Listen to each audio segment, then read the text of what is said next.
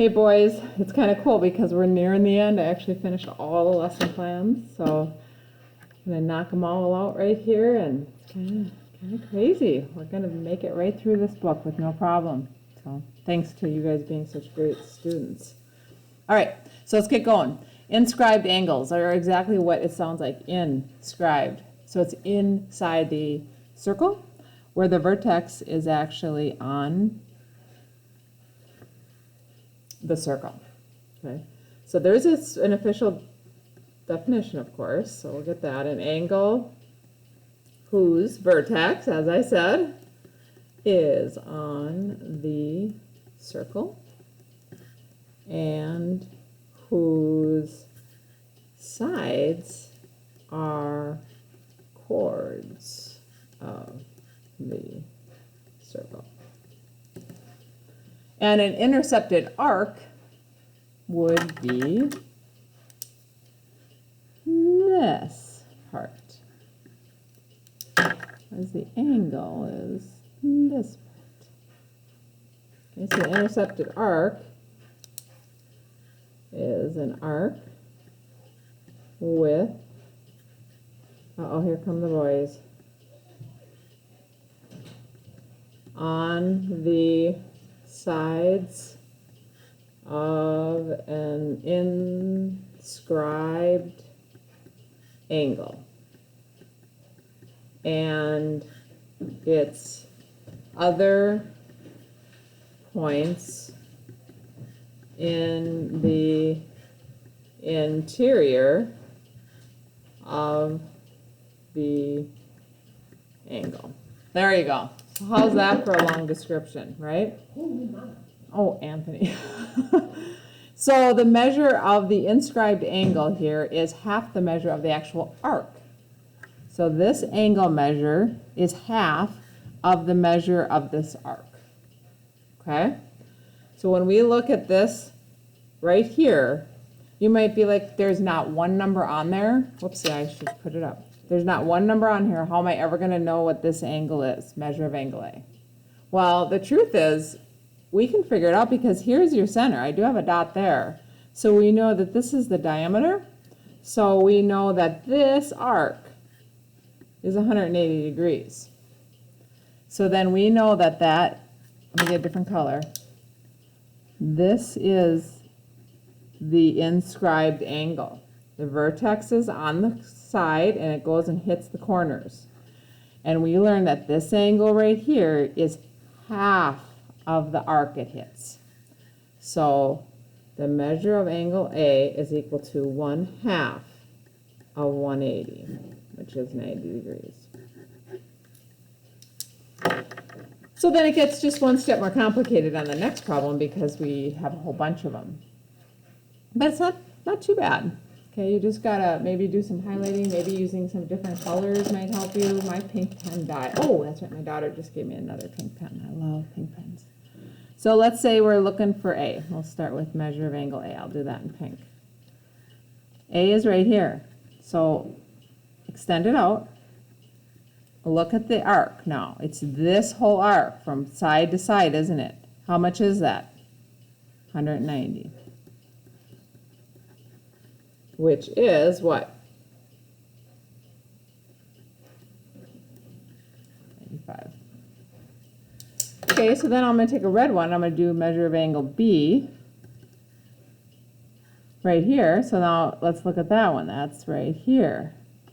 So the arc is 64 plus 90. So what's 64 plus 90? 154. And half of that is 77 degrees. All right, let's do the blue. Let's do C. Measure of angle C. C is right here. The arc is from here, B, all the way around to D. So 106 plus 64 is 170. So half of a 70 is 85 degrees. And lastly, we will do a black. Measure of angle D. D is right here, up to there. And then we go from A all the way around. So that's 206. So that'd be 103. Not too bad, is it? It's just seeing it, and like I said, use some of your resources in different colors you have, because it does make things a little more clear. All right, I think this is our last 2-page note sheet, boys. The rest of them are all 1 page. Can you believe it? All right, let's look at this. We got a few corollaries here. Now, the first one says if you have 2 inscribed angles that intercept the same arc. Oh, okay. So if you notice this arc right here, this angle, this blue one, intercepts that same arc, and so does this pink one. It intercepts the same arc, right? They both hit at the same point here. So therefore, since the arc is the same for both, these angle measures will be the same for both. Over here, an inscribed angle for a semicircle is always a right angle, right? We just kind of talked about that since it went halfway through, and this is 180. This angle here is going to have to be a 90-degree angle.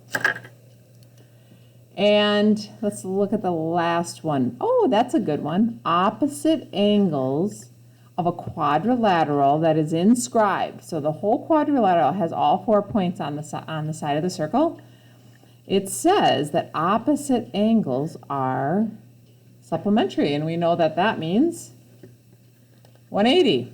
So that means A plus C, measure of angle A plus measure of angle C is 180, and measure of angle D plus measure of angle B is 180. All right, I think we just might be using that soon. Let's see. What is the measure of each numbered angle? There's about 3,000 ways you could go about this problem, but I see the easiest one being, let's figure out these other arcs first, because then it's super easy, because we have a diameter here. So we know that this is 180, this is 80, so that means this one's 100. And then this is 180, that's 60, this means this one's 120. So now we just look at the angles across from it. So measure of angle 1 is 1/2 of the arc. So, well, that is a semicircle, is it not? So we can do this, but we also could have just noticed that's a semicircle, so it's going to come out to 90. And notice that we can also use our technique right here, that if this is 1, then these have to be equal to 180. So I know that measure of angle 3 also is 90. Okay, so let's get measure of angle 2 right here. It does work better when you use different colors. I'll do the blue here. Okay, so this is the arc, which is 220. So half of 220 is 110. And then we can go ahead, because measure of angle 2 and 4 should equal 180. So 180 minus 110 is 70. All right, now let's look at this one. This one's a little blurry. The measure of an angle formed, oh, I'm sorry, I'm yawning. Hoofda.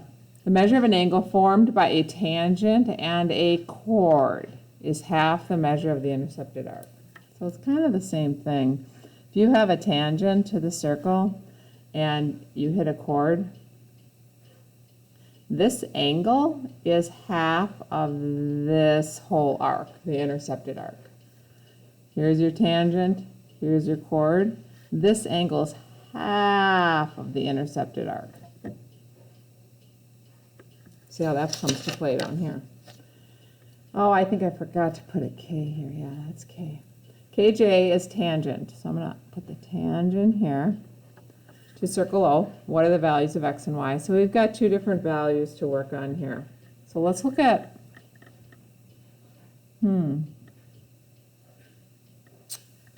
well, we for sure can get the arc JL. I can see that. Do you guys see the arc JL?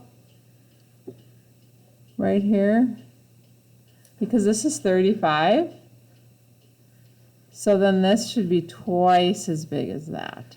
So this should be 70, that arc. I don't know if that's gonna be helpful, but I'm just seeing what I got here. And then this is a semicircle, so if that's 70, that means this whole side here is 110. Let's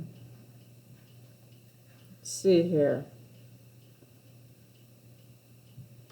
Measure of angle X. Ah, there it is. Okay. We're using this again. So we're looking at the tangent. Get a different color. The tangent with the chord.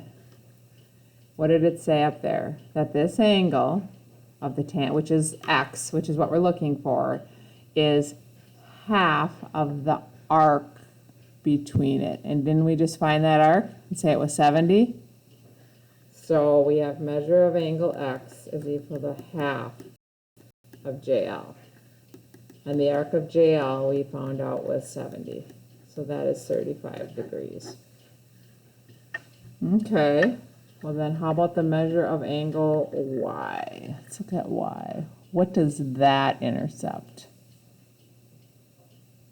Oh, well that intercepts the 110, doesn't it? Right here. Here's this, and here's this. So this arc here is 110.